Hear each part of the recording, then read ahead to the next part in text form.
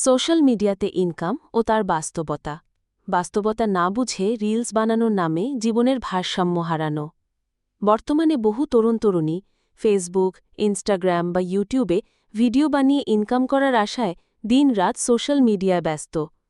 সকাল বিকেল রিলস বানানো, এডিটিং, ভিউ বাড়ানো নিয়ে এতটাই ডুবে থাকে যে পরিবার, পড়াশোনা, চাকরি এমনকি সম্পর্কও উপেক্ষিত হয়ে যায়। ফলাফল: সংসারে অশান্তি, আত্মবিশ্বাসে ভাটা, ক্যারিয়ারে অনিশ্চয়তা। সোশ্যাল মিডিয়া ইনকামের প্রকৃত চিত্র বাংলাদেশ ভারতভিত্তিক সমীক্ষা। মাত্র ৫-১০% মানুষ নিয়মিত ইনকাম করে, বাকিরা ইনকামের আশায় সময় ও শ্রম নষ্ট করে। যাদের কাছে পরিকল্পনা, দক্ষতা, ধৈর্য আছে তারা সফল হয়। ভিউ বা লাইক কম হলে মানসিক হতাশা দেখা দেয়। যে বিষয়গুলো অনেকেই ভুল বোঝে: ১. সবাই ইনফ্লুয়েন্সার হতে পারে না। প্রতিভা, ধারাবাহিকতা এবং সত্যিকারের কন্টেন্ট দরকার। ভিউ মানেই টাকা না। ফেসবুকে ইনকাম করতে হলে রয়েছে অনেক নিয়ম ও সীমাবদ্ধতা, যেমন reels bonus, ad monetization, affiliate marketing. ২. কেবল ভিডিও বানিয়ে ইনকাম আসবে এ ধারণা ভুল। রেগুলার ও মানসম্মত কন্টেন্ট, এসইও, এঙ্গেজমেন্ট স্ট্র্যাটেজি না থাকলে ইনকাম মেলেই না।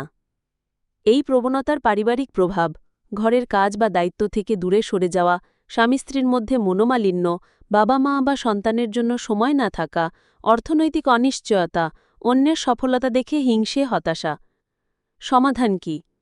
১. আগে বুঝুন আপনি কি বিষয়ে কন্টেন্ট বানাতে পারবেন।